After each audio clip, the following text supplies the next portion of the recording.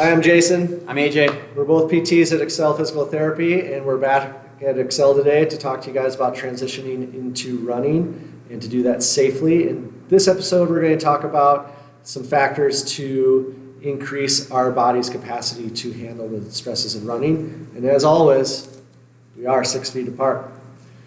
So last week we talked about what goes into the development of a running-related injury and really how that underlying factor is the training error and progressing load too quickly, and then our body's capacity isn't able to handle that load, and we develop a running-related injury. So this is a great infographic from the Run Safe group out of Denmark. And as we can see on the left, that blue line as it's going down is our body's capacity to handle the load of running, whereas the red line coming up to the right is the load of running. And this can either be the cumulative load throughout a run or the result of the cumulative load over the course of many runs over the past 2 weeks. And what we don't want to happen is where that cumulative load of running exceeds our body's capacity to handle the load of running, and that's where an injury will result. So we want to avoid that. So there's certain modifiable factors that we can do to increase our body's capacity as well as decrease the load of running and thus reduce our risk of injury. So last week we talked about load management and not progressing volume too quickly. We can also progress our capacity by improving our strength, and we'll talk about that in a future episode, as well as we can work on our running form or running skill and improve our efficiency as well as change where that load is distributed in our body. But what we want to talk about today is mobility. And we don't need to have a ton of flexibility to be an efficient runner and to avoid injury. We just need enough to get our leg behind us.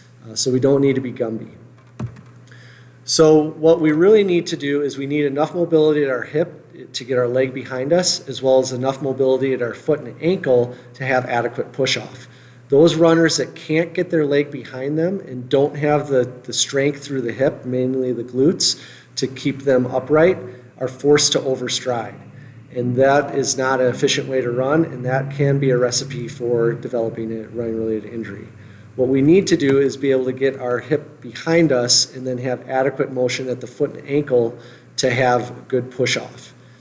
And so those three non-negotiable pieces of mobility that we need to be an efficient runner are having adequate hip extension, so having that nice, long, graceful stride where the majority is out the back, having adequate ankle dorsiflexion so that we can have a good position of the foot for push-off, as well as great toe extension, having a good position of the foot for push-off. And so now AJ is going to talk a little bit about why that is.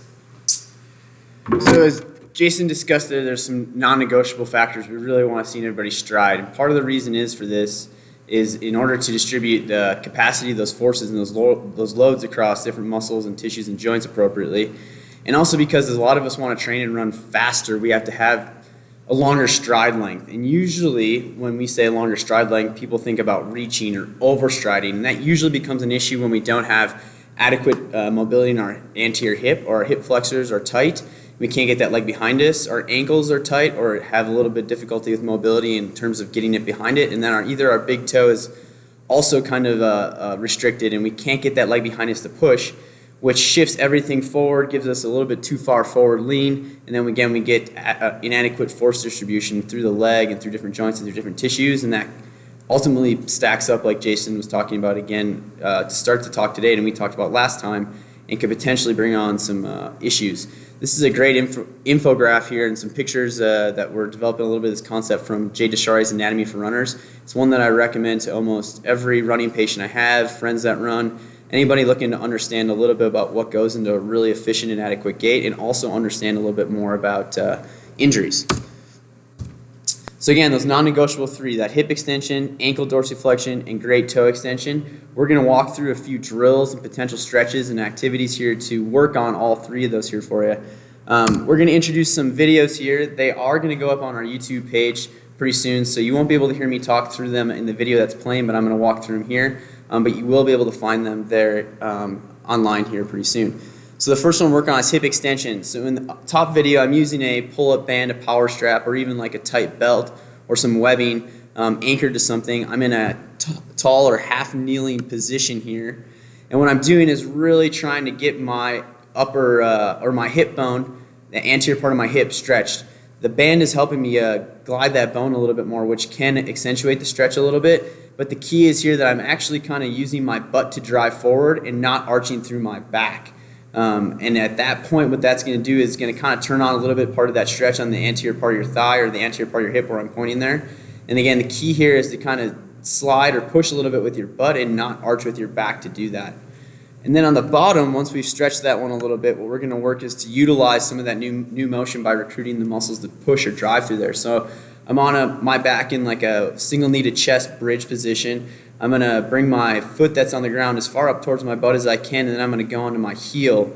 And then working that drive, I'm going to push through my heel and push through my glute and my hamstring. Again, not arching through my back to get my hip in front of me too far. That's one of those compensatory motions that we don't want to see. So really working the drive through the heel, feeling that push in the glute, pushing up and just not arching at the back. Moving from hip extension into some ankle dorsiflexion here, we're going to do a little bit of a runner stretch that I'm going to demonstrate. Again, this is one of those calf or soleus stretches that a lot of us have already done for numerous reasons. Key here is just keeping the feet pointed straight ahead as you're doing this stretch, not arching at the back to bring your body forward. If anything, again, you're leaning forward at the hip, getting your hip behind you, keeping that foot on the ground like you would in a stride. You can do it with your leg straight or your knee bent. I'd recommend both. And again, I'm going to assist it here with one of these pull-up bands or pull-up straps. Again, webbing, tubing. Old mountain bike tire works well at home too. And this is going to go just above the ankle joint line. And it's just going to try and help and assist a little bit of the glide of the joint here, more than just the tissue flexibility. There's two big things with movement and mobility and motion that go into play. One is the tissue and one is the joint. So with the strap here and the stretches, we're working a little bit of both. Moving from the ankle into the big toe, on the top here we've got just a little bit of a self-mobilization for that big toe into extension.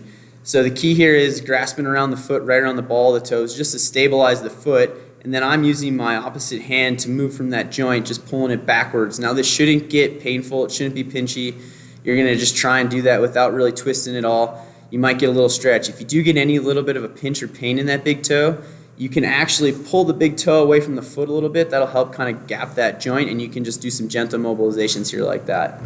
Once we've got a little bit more motion in that big toe, we're going to work a little bit on toe yoga, which Jason's demonstrating down here in the bottom video. And if you can see, he's pressing down with his big toe, activating kind of that arch like you'd want to press through that back takeoff part of your phase of your gait, lifting his little lesser toes up, and then he's pushing down with the lesser toes while he's lifting his big toe up. Now, this might look easy, but the coordination of this is extremely difficult and can really make that foot a lot smarter to get as much drive out of it in the later part of your phase of your gait. That's right, highly tuned athlete right here to be able to do toe yoga. But no, it's really important to get that foot intrinsic strength going as well as coordination. Will help you a lot with running as well as other activities. But ultimately what we want to do is be able to get to what we call triple joint extension. So bringing together all of those components into one drill or exercise.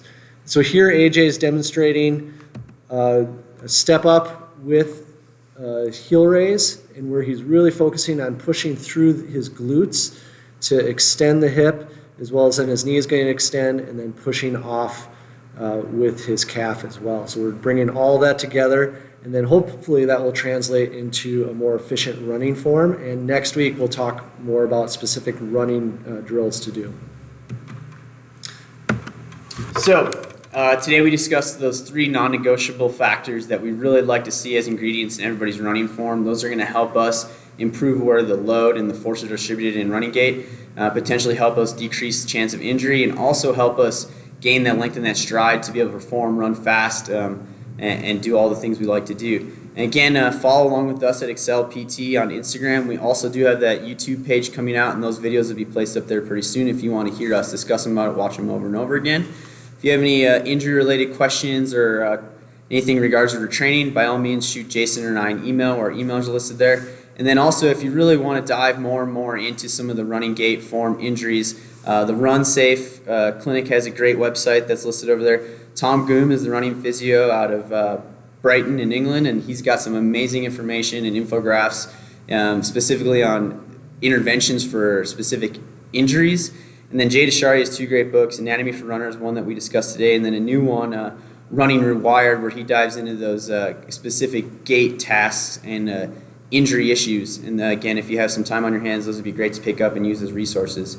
I hope you get out today for a run and enjoy the great weather. And thanks for following along. We'll see you at the next episode. See you guys. Thanks.